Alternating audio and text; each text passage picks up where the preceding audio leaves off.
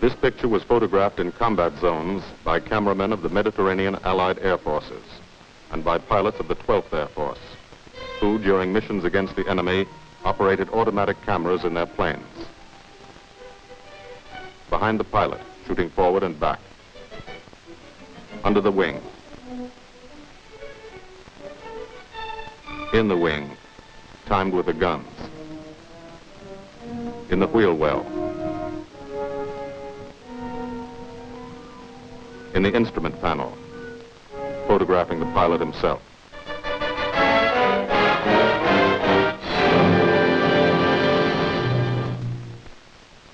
The commanding general of the United States Army Air Forces, General Carl Spaatz, has asked me to tell you something about this picture. I don't think I could do any better than just to read from his telegram to me. Thunderbolt was made in 1944. Ancient history. It was made about one fighter-bomber group in the Italian campaign. It happens to be an American group. But the same story could well be told of the Royal Air Force groups which participated so gallantly in the same air offensive.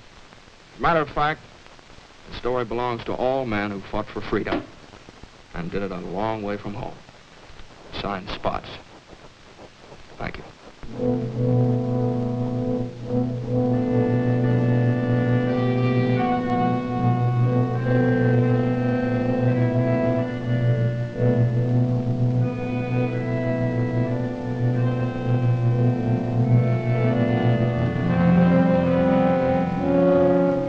To the Italian man in the street, or what's left of the street, this is the fulfillment of a promise. The promise of the fascists to build a 20th century Roman Empire, conceived in tyranny and dedicated to the proposition that some men were meant to be slaves of other men.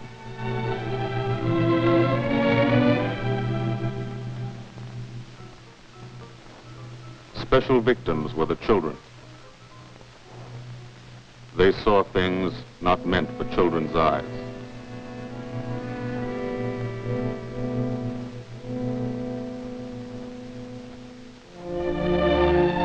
From the air, Italy is more remote.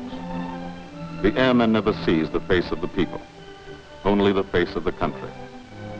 From the air, you look down at the mountains. Look down and wonder how our men on the ground ever got through. Mountains and rivers.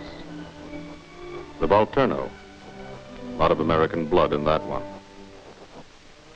Natural barriers made other campaigns tough too. Exhausted Hannibal's elephants, Caesar's legions. For the airmen, the ground war is remote. The only war you really understand is the air war. You can see a pattern to it. Lots of the country never been touched. Little towns that walk the ridges, like tightrope artists to keep from falling off. This one didn't matter. When something did matter, that was another story. This is how we changed the face of Italy, from the air.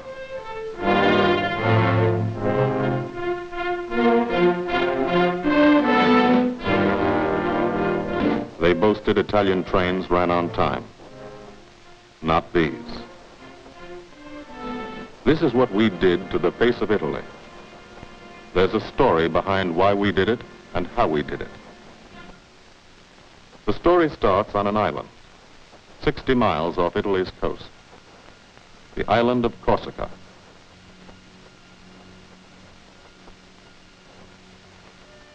Corsica. Rugged. Primitive. Mountainous. Malarial. Here they still remember a local boy who put Corsica on the map 150 years ago. This island part of France was liberated by the French in September 43. But you can still find a few Germans left by the wayside where they fell, in the shadow of our airdromes.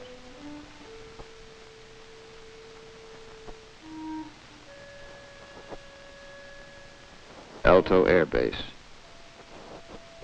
Sunday morning. Here, Sunday is like Monday, and Monday is like every other day in the week. A working day.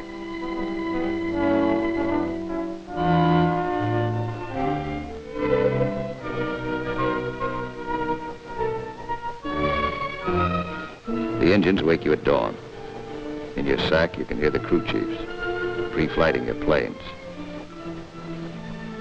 getting them ready for the day's missions.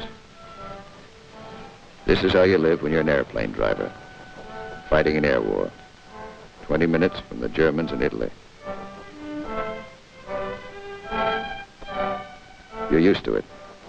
You've been washing out of your helmet since July 42. From the Holy Land to Africa, across the desert, Egypt and El Alamein, to Libya and Tunisia. 1,300 miles. You moved when the infantry moved. Sicily and Italy. 58 moves in 2 years. Now Corsica. This is the best deal you ever had. Call it the country club.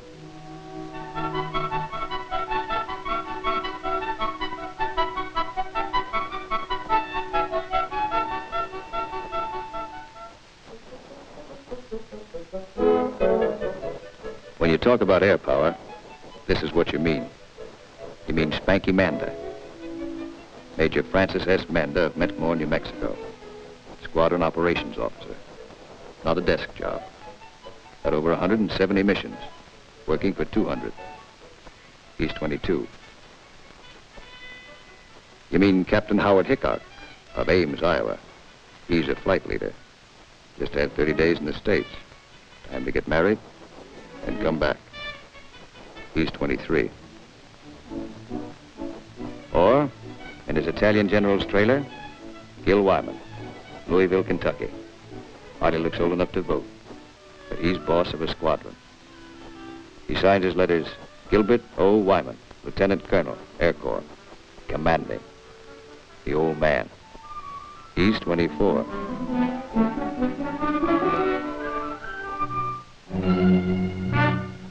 Sunday morning. For the 57th Fighter Group, 3 squadrons, 1,000 men, another day begins at Alto Air Base. You could close your eyes and see it this way. Spread out like a diagram. Been home sweet home for some time. Good steel mat runway, 150 by 6,000 feet. Tower call sign is breakneck. Lots of jokes about that. We share the field with a French fighter group. Don't speak the same language, but we fly the same airplane against the same enemy. Each lost a man yesterday. We get along.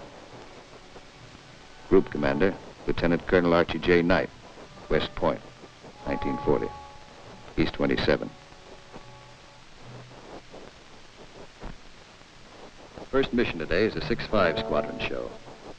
Briefing, right after breakfast. Informal, short, to the point.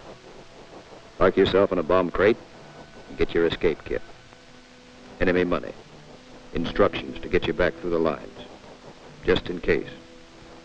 The S2 tells you about your target. He doesn't have to draw it for you. You do this every day. Sometimes 2 or 3 times a day.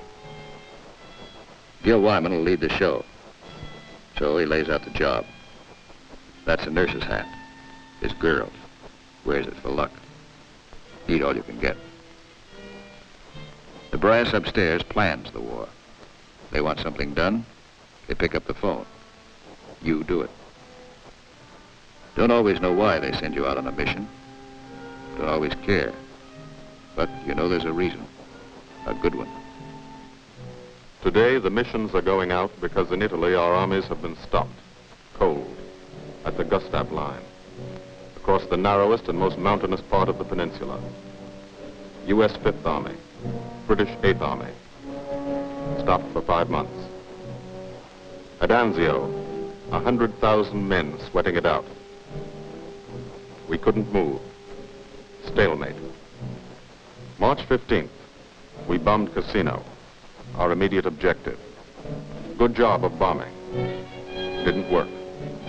Our infantry didn't advance. It was the wrong use of air power.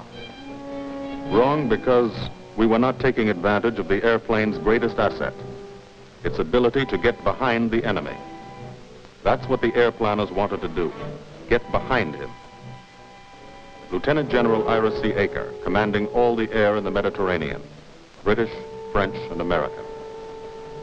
Major General John K. Cannon, Uncle Joe, commanding the 12th Air Force. And Brigadier General Gordon P. Seville, 12th Tactical Air Command, the brass upstairs who run the air war. They said, let's not hit him here. Let's hit him here. Let's isolate the battlefield. Let's weaken the entire German front by depriving it of supplies, fuel, food, ammunition, reinforcements. They call the plan Operation Strangle. This is what we want to do with airplanes. How? A lot of railroads in Italy. This is the enemy. Keep the trains from getting through. A lot of rivers in Italy, and over 700 major bridges. We figured if a train came to one, and it wasn't there, it'd be kind of tough to get across. Medium bombers got many of the important ones, but bridges are long, narrow targets, difficult to hit and destroy. Took a lot of trips, bombs, planes, men. We started to use a special weapon. A fighter bomber, the P-47 Thunderbolt. One engine, one man, one bomb on each wing, extra fuel tanks for range. 6-5's crew chiefs taxi from the dispersal points to the end of the runway. Line up the squadron.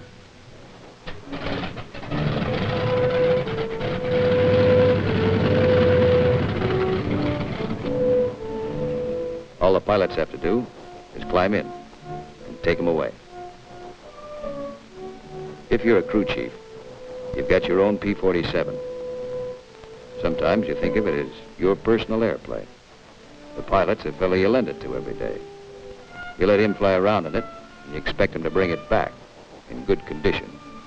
No bullet holes or flak holes. After you've been lending your airplane to one pilot for a long time, you get attached to him, too.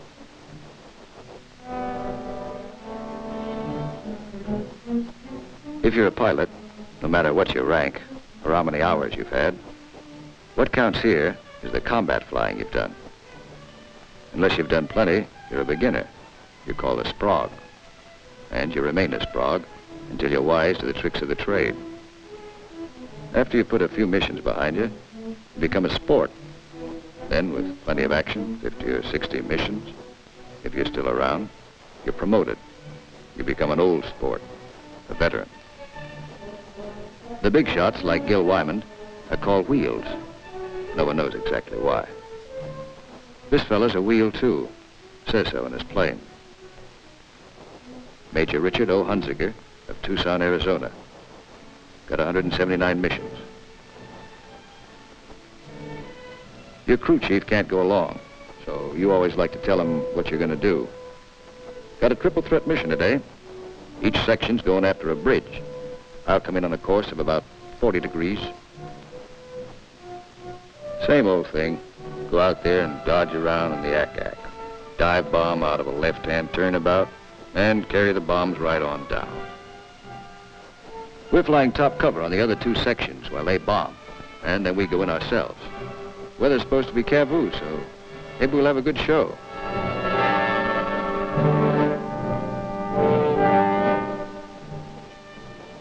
All set to go.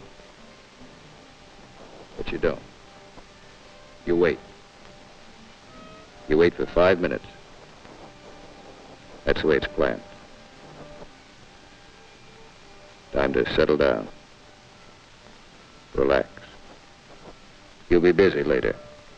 So if you've got any thinking to do, and who hasn't, now's the time to do it.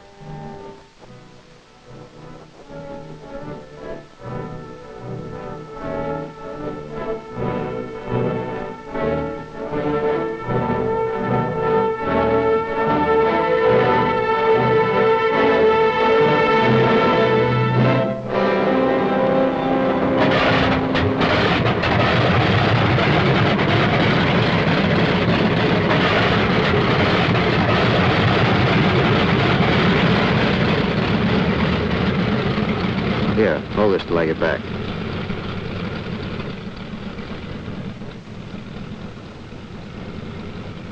Takeoff is always rough. Thunderbolt's a heavy airplane. Besides, you've decorated it like a Christmas tree. Belly tank, rockets, guns, 500-pound bombs, cameras. Hello, Breakneck. Cola leader here. We clear to take the runway for a takeoff. Over.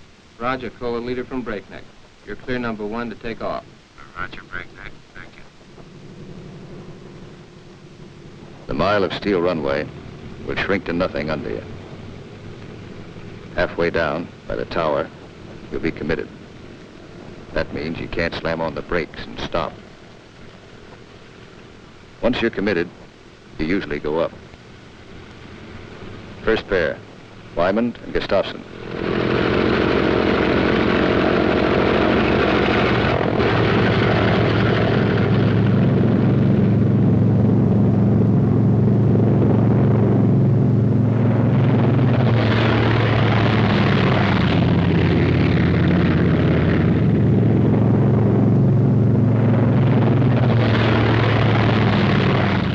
First pair off. Second pair taxis out. Goss and Burgess.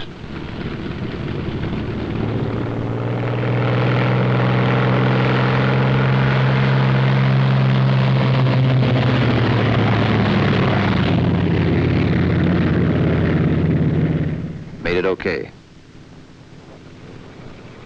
Manda and Richardson.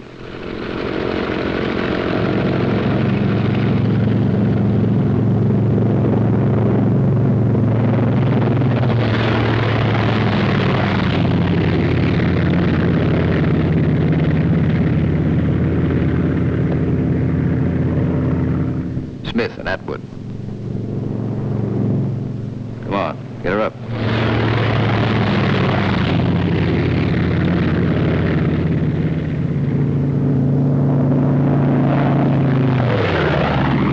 Hickok and Morrow.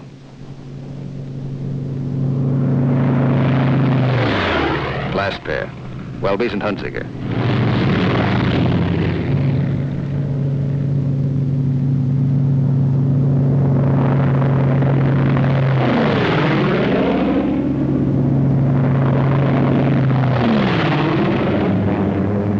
The squadron is airborne.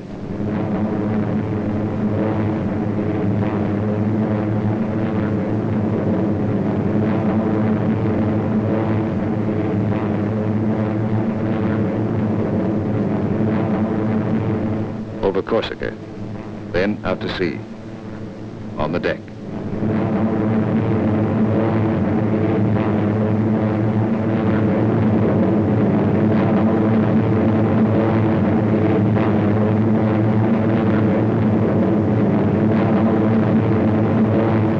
"60 miles east to Italy.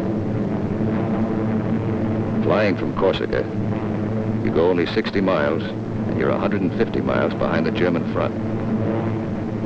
Turn again on that castle.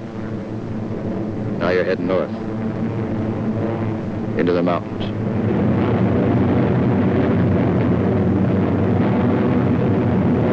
Leader section, red section, black section.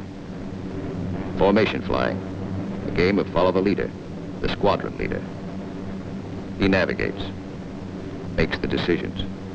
Doesn't tell you what to do, does it? You follow, wingtip to wingtip. He turns, you turn.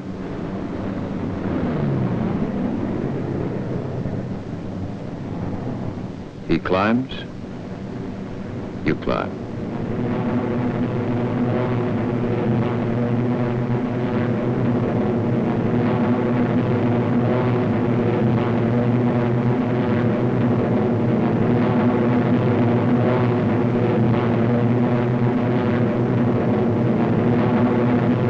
Climbing still to 10,000 through the clouds.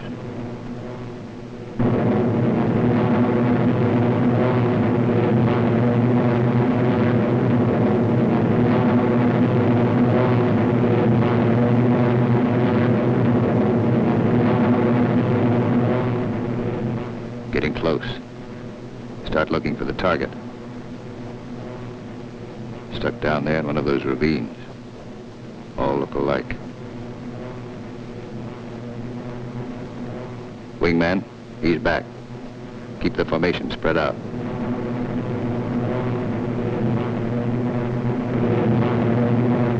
There's a checkpoint. That road. Follow it down to the river.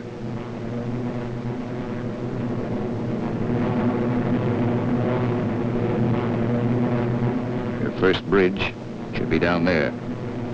Somewhere.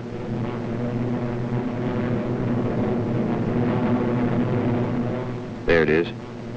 Pass over it. Come back and attack from the opposite direction. One of the tricks you've learned. Leader section. Goes into loose string formation. One plane behind the other.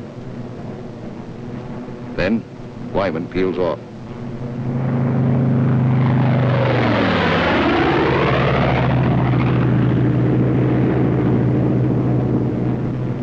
The rest of the section follows. At 2-second intervals.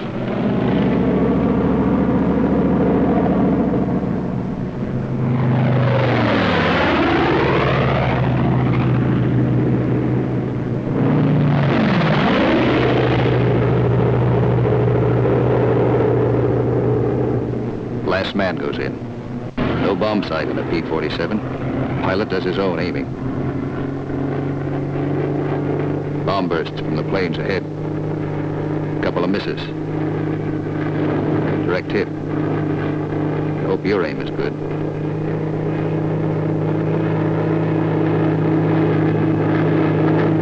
Drop your bombs.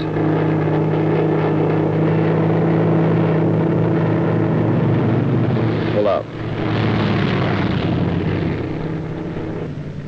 They black you out for a second. Blood drains from your head. But you're young. It comes back fast. You're all right now. Leader section reforms. Top cover. Watch his red section bomb. A miss.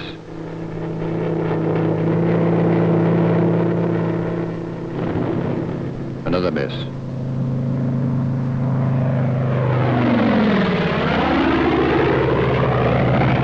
A hit.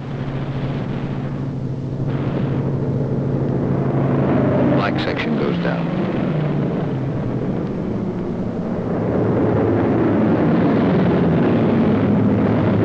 Straddle the target. Concussion should do the trick.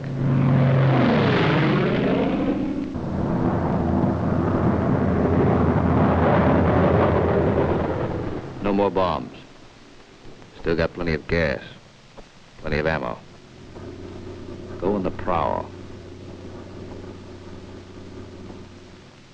Ease down on the deck. See what you can find.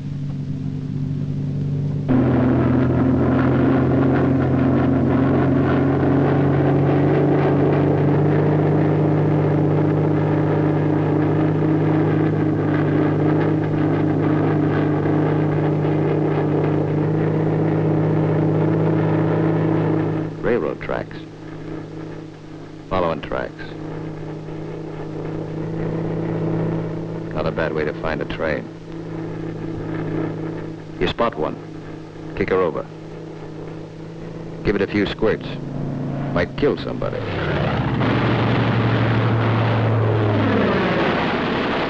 Bust the locomotive first. Train can't move now. Let's see what's in those boxcars. 12 of you. You'll all crisscross in. Everybody takes a few passes.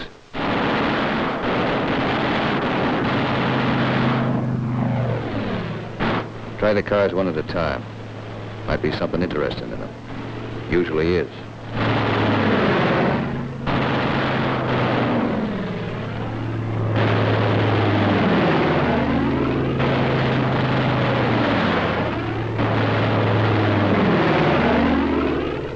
Got it burning nicely now. Take another pass. For luck.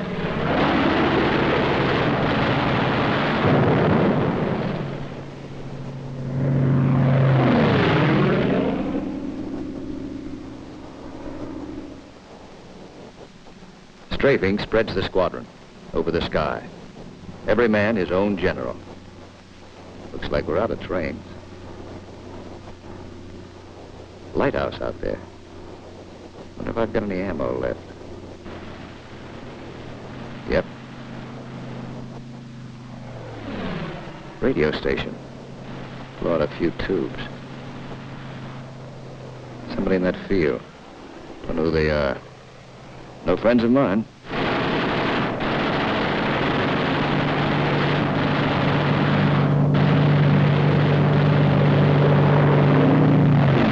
Cherry vehicles parked in that farmyard. More in back. Must be a headquarters. Houses around here look kind of suspicious. Might be something in them. Nothing in that one. Nothing in that one.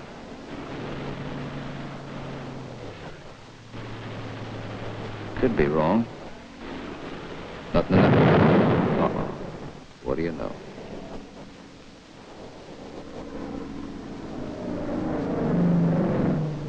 Back at Alto, no one is sweating out 6-5 squadron. 6-6 is taking off.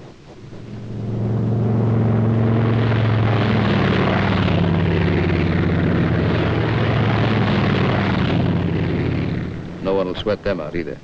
There are too many missions. 9 for today. When you don't fly, you've got things to do. Try to make some sort of life for yourself. In trying, you've improvised an American community.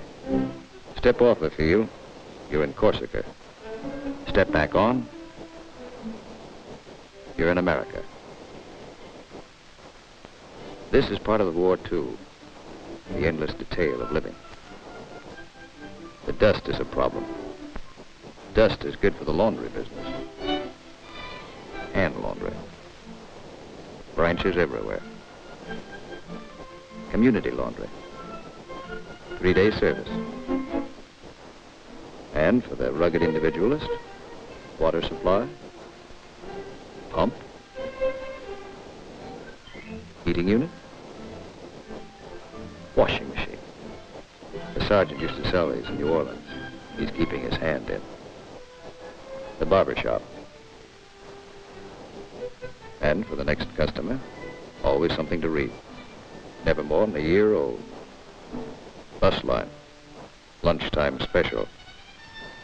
And for the intellectually minded, there's time for the more serious things, like practicing your yo-yo.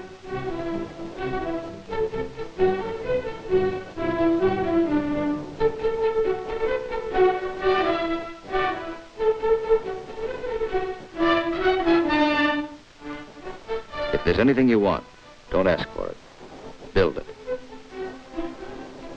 Build as though you'd be here forever, knowing you may get orders to move tomorrow. 6-6 found this canyon, made it their living area. Nobody said they couldn't. Nobody says you can't have a house. Build it. Nobody says your squadron can't have a beach club. Build one. Nobody says you can't dam up a river to make a swimming hole. This American community has everything.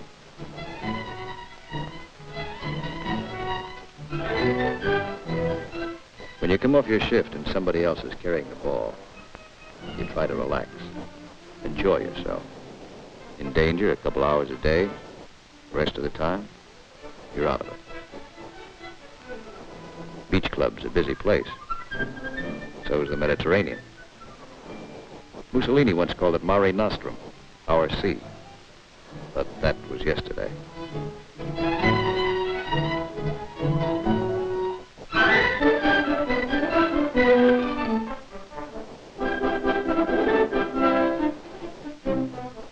The yachtsman. An old wing tank and a few odds and ends make quite a boat. The crew chief scrounge parts. Scrounge is polite for steel. Scrounge him from wrecked Jerry planes, banged up Italian cars, old parachutes for sails. They use only the best quality junk. Sometimes when you can get a PX ration of beer, you drink it. Then you look like this.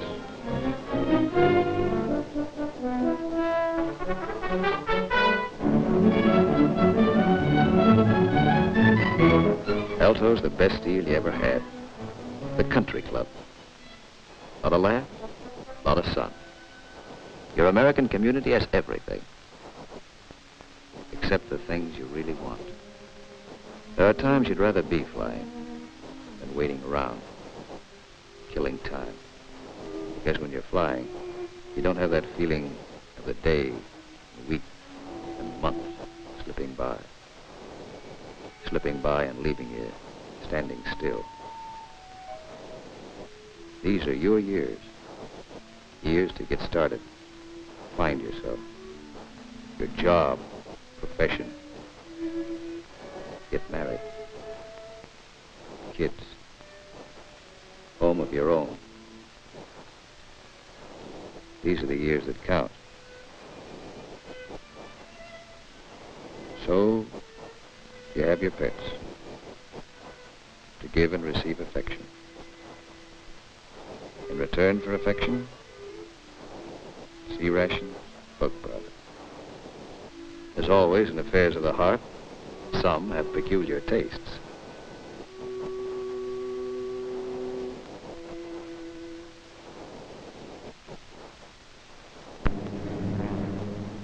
Six Squadron, heading out.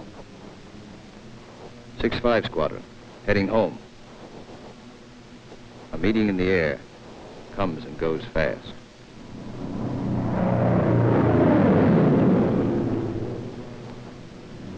Six-5, leader section. One plane light. When you reformed after strafing, you noticed it. Nobody saw it happen. Maybe spun in, maybe bailed out. You'll think about it later. Now you're waiting for that first sight of home. That's Sarago Air Base. That's Bavenko. You're on your own street. Alto's first turn to the left, 3 fields down. Keep the formation tight. When you fly over those other outfits, you want to look good. Show them how it's done.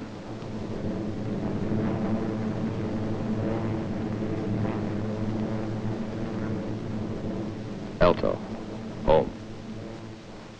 You come in low and peel up.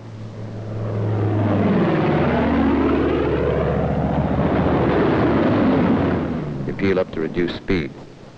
Space the planes 20 seconds apart for landing. Second and third flights go on past the field. They'll circle back when the first flight is down.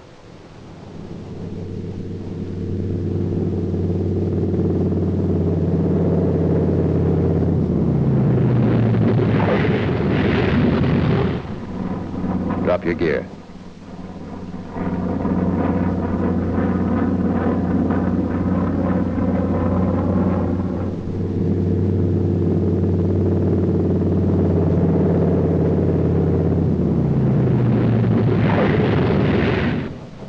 Second flight peels up. Third flight will circle again.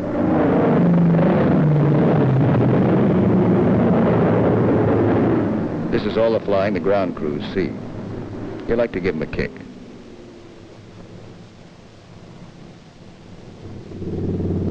Sometimes you're tired. Land them rough.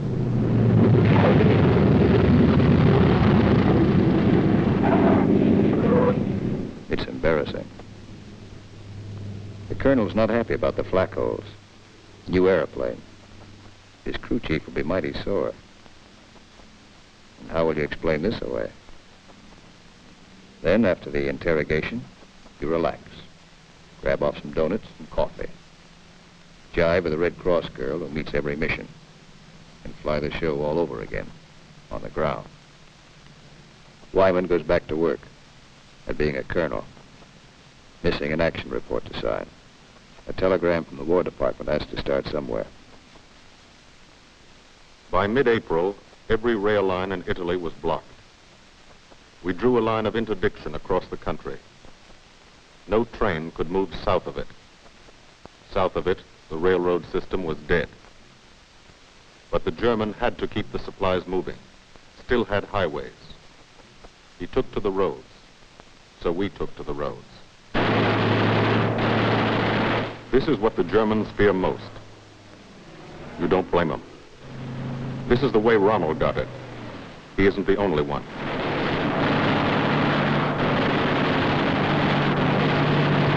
When you clobber a highway, you burn plenty of ammo. Cyclic rate of fire, 800 rounds a minute. You've got 8 guns, 106 bullets a second.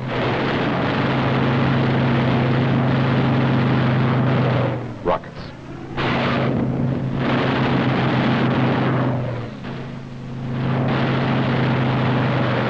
Those aren't just trucks and Germans. You're stopping ammunition before it's fired on the Fifth Army front.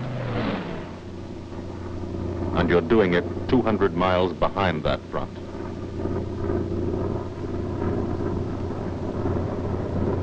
In the weeks that followed, from Corsica to Italy was like a trip to the corner drugstore.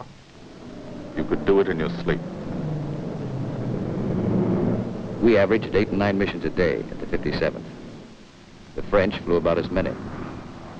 Lafayette Escadrille, the 324th, the 86th over in Italy, the 79th next door. It was good to look up and watch them go by.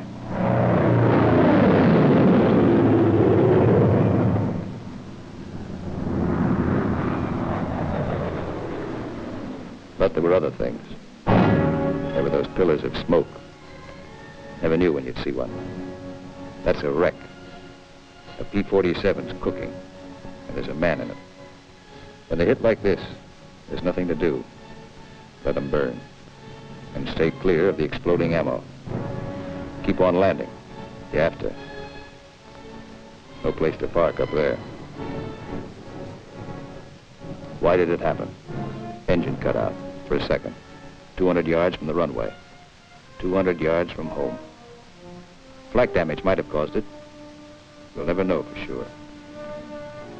All you know is the sum. The war is expensive. You wish the people back home could at least see it.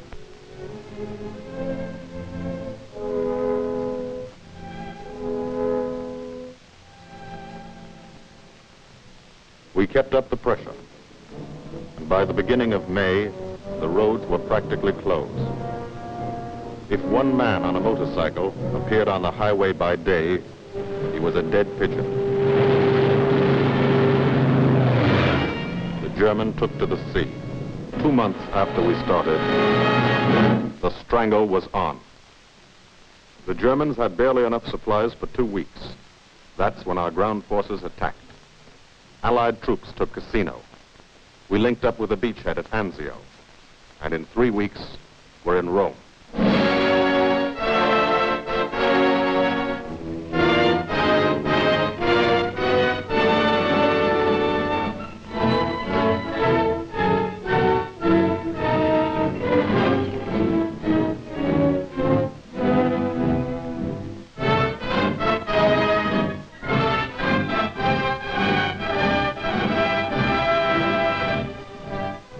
The men on the ground pushed north, and as they moved up, they saw what had been done to help them.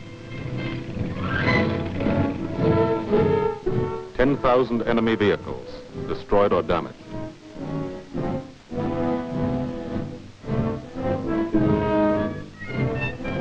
In every town they took, no marshalling yard. How many German tanks went out of business because of the gasoline these trains never carried?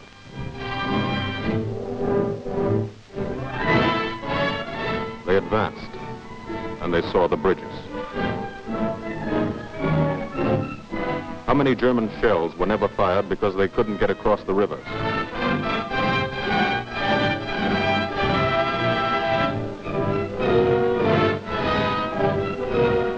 The ground forces exploited their breakthrough. In plain language, they shot and killed Germans. And they ate up the country. Almost 250 miles in one non-stop offensive. The ground forces won a battle, but they still had a war to fight, and you were still flying missions. Up from first light The last light. Only the coming of darkness would stop you. Only the coming of darkness would bring the last missions home to Aldo.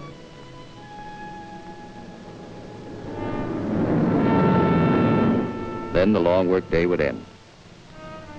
Some men hit the sack early. And some spent another quiet evening at the club. Colonel Wyman's Country Club for airplane drivers.